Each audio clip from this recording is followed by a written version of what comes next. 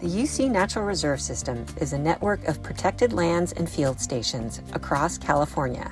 Reserves offer outdoor laboratories to field scientists, classrooms without walls for students, and nature's inspiration to all. Our research, university-level teaching, and public service mission mirrors that of UC. Each year, reserves host more than 4,000 researchers, 13,000 students in university-level classes, and 7,000 school children.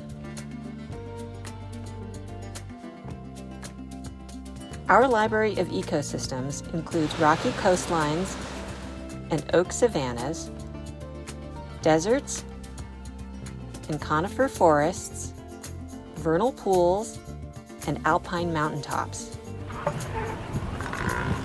The NRS is spread across more than 40 California locations, encompassing more than 47,000 acres, making it the world's largest university-operated system of natural reserves.